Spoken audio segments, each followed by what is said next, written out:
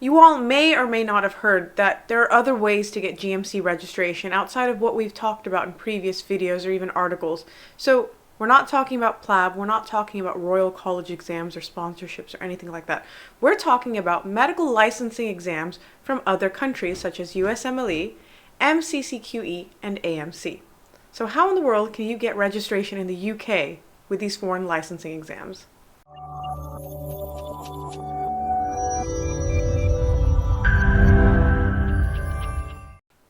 Hey guys, Ibreeze here, and no, this is not a scam. This is not something clickbaity. This isn't something we're just saying for the fun of it.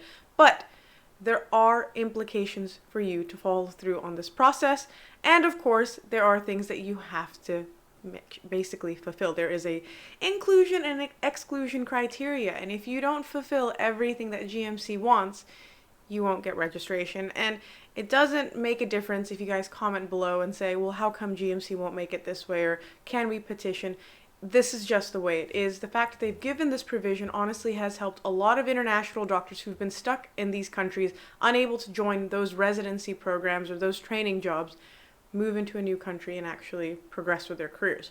So there might be some of you who say, oh, this isn't valid anymore, but actually, like I said, people are still following this route. Basically what happened was in 2020, GMC was like, let's consider accepting other countries' licensing exams for our registration process. And the three countries they looked at were Canada, the United States, and Australia. A lot of international doctors do take these exams as is, so there were a lot of people who were fulfilling the criteria fairly quickly and actually able to shift to the UK in a minimal amount of time because for whatever reason it wasn't working for them wherever they had taken that exam. Now, since its implementation, a lot of things have been put in that are slightly restrictive, which is why I said, don't think you're putting all your eggs in one basket. Is this going to happen? It may not happen for you, but if you do fulfill the criteria, it is a great way for you to have to avoid taking a bunch of exams again to get registration in the United Kingdom. So let's first talk about the USMLE. Now, for the USMLE, you need absolutely to have passed the CS exam on or before March 13th, 2020. Invariably, someone is going to comment on this video that, well, the CS exam's been canceled now. Does that mean I can't apply for registration in the USMLE? Yes, that's exactly what it means. Because they need you to have a CS exam for them to consider your application for registration. The next thing you're going to ask is, well, what about all the other steps? Maybe I did my CS exam first and I got it out of the way. It's within the timeline, but I took my step 1 later on, or my CK later on, or my step 3 later on. That's okay. The only thing GMC cares about is that you have gone ahead and done your CS within that time limit.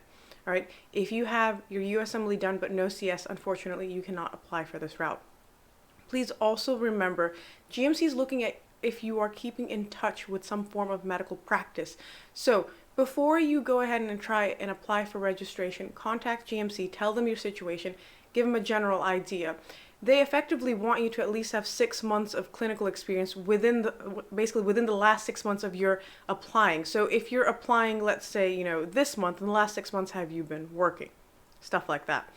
If you don't meet this criteria, or if you're unsure if you meet this criteria, just try. If you don't meet it, you don't meet it. But if you think you might, you have some amount of experience that you think GMC will take as medical practice, you can try and apply and see what happens. The other thing to remember is, guys, just because you're getting registration doesn't mean you get full registration. Remember previously we've talked about there are 2 types of GMC registration: provisional registration and full registration. If you're an individual who has not completed an acceptable pattern of internship, you will get provisional registration from GMC through these pathways. What that means is you will need to either complete an acceptable pattern of internship outside of the UK, or you will need to undergo the United Kingdom Foundation Program, or the UKFP. I want to make it very clear, in no way, shape, or form is anything that you do in the United States going to be equivalent to an internship, because that is not how their system works. If you look at it, it's very clearly written on GMC's website what they consider to be an acceptable pattern of internship, and there needs to be some form of a medical regulatory board that mandates this internship, and it needs to be something that actually exists in a system. It's not something that you can just create. So keep that in mind. So if we're going to sum it up, you've got your CS on or before March 13th, 2020. You got some clinical practice in your pocket. If you don't have an acceptable pattern of internship, you must do an internship or do the foundation program. You'll get provisional registration. If you do have an acceptable pattern of internship, then you will get full registration. With this full registration, you can apply for a non-training job. You can apply into a training job. Sky's the limit. Remember though, guys, just because you've gotten registration doesn't mean you're suddenly exempt from any of the Royal College exams or any of the specialty exams when you join into specialty training. USMLE at the end of the day is just a licensing exam, just like PLAB is just a licensing exam. It's not a postgraduate qualification or postgraduate exam. That's what you will have to undertake when you go through specialty training. So this route would not exempt you from anything like that. Now let's talk about Canada. So for Canada, you need to have completed in English the MCCQE on or before October 27th, 2020. All the other parts, like I said, they don't seem to be too concerned about. It's the same thing just like the USMLE. If you haven't done the second part because it doesn't exist anymore or you couldn't take it by that time, unfortunately your application would not proceed. So it's the same thing as I said for USMLE, again down to provisional full registration on the basis of whether or not you have an acceptable pattern of internship. This will not exempt you from any specialty training postgraduate exams. It's just a way for you to get registration. And then finally for Australia, if you have passed the clinical examination part of the AMC on or before March 5th, 2020, you can apply for registration with the General Medical Council. Same thing, guys. I know it's going to sound like I'm a broken record, but whether or not you get full or provisional registrations on the basis of your internship, and if you were unable to meet this criteria, unfortunately, you cannot apply. Remember, in terms of clinical experience, it's down to what GMC will accept. So if you're worried, contact GMC, just submit your application and see what happens. If it doesn't work out, again, you've got the other routes for GMC registration that exists. And as for Canada and the United States, just because you've taken the Australian licensing exam does not mean you would be exempt from any postgraduate qualifications. Now, if we talk about the next part, if you're actually eligible and then you're applying for GMC registration and you're wondering what's going to happen next, yes, you will still need IELTS or OET because IELTS or OET is part and parcel for GMC registration. It doesn't matter about anything else. There might be exemptions on the basis of you speaking in English and showing practice of you speaking in English if you've been working perhaps in any of these countries up until now. And there are reference forms, employee reference forms that you can get signed by someone that you've worked under for a certain period of time. Other than that, you will have to consider IELTS or OET. So all the other parts of GMC registration are exactly the same, EPIC verification, etc., etc. If you've already undergone EPIC or ECFMG verification as part of your other exam pathways, you will see that there actually is a way that you don't have to go through the entire process again.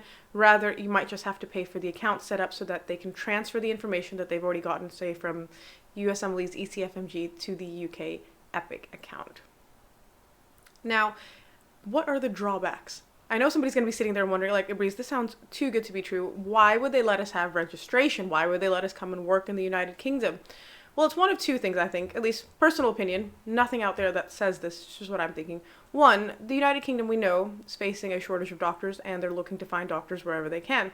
They know that there are individuals out there in these countries who are not matching or getting into their residency or training programs, so why not just make use of that talent? And then two, I mean, there are a lot of countries out there that will also take whatever kind of postgraduate exam we have done, and then you can go to other countries as well. So I think this type of quid pro quo is not unheard of in a lot of countries around the world when it comes to medical regulations and exams. So in a way, it's really good. It opens a lot of doors for people, and they have options to consider. If you're thinking, maybe I want to continue applying for another foreign country, but I just need a job right now, you've got a door open for you to come and work in the UK. And then you can always reconsider your options about whether or not you want to go somewhere else or you want to stick around. Remember, in the United Kingdom, there are no restrictions for you as a foreign graduate. Since the removal of the resident labor market test and a lot of other things that have happened in the past few years, your application for a training program is equivalent to an individual who has graduated from the United Kingdom or holds a British passport or anything like that. So if you are worried about, well, is there some sort of moratorium? Is there something that's going to actually prevent me from progressing because I've come through this registration? Is this registration less than the registration that everyone else gets? No. No one even knows how you get your registration. You can check on the GMC website. You can see registrations from people all over the country, and you have absolutely no idea how they got their registration. You just see that they are registered, and that's all that matters at the end of the day. If you want to apply into specialty training, you can. If you want to progress into a training program or a non-training program, or just do whatever you want to do, you can. If you were doing something else in your own country up until now, maybe you were doing a surgical specialty and now you realize actually you love peds and you want to come and switch over and do peds, you can. Like I said, everything is available to you. We have other videos talking about those pathways and things about competitive specialties and whether or not things are IMG friendly in the United Kingdom. But the takeaway is the doors aren't closed. I know a lot of you must have gone through a ton of hurdles and financial stress getting to where you are now. And just because it's not worked out doesn't mean all is lost. There is an opportunity out there if you meet this criteria, and in my opinion, it's a really great opportunity. So that's pretty much it, guys. We have an article that we've discussed all of this about as well. You can see we've linked in the description box, but until next time, please continue to subscribe to our YouTube channel, follow us on Facebook, Instagram, and Twitter, check out our Road to UK forum, subscribe to our newsletter, and maybe if you want, book a personalized guidance session, and we will see you later. Bye.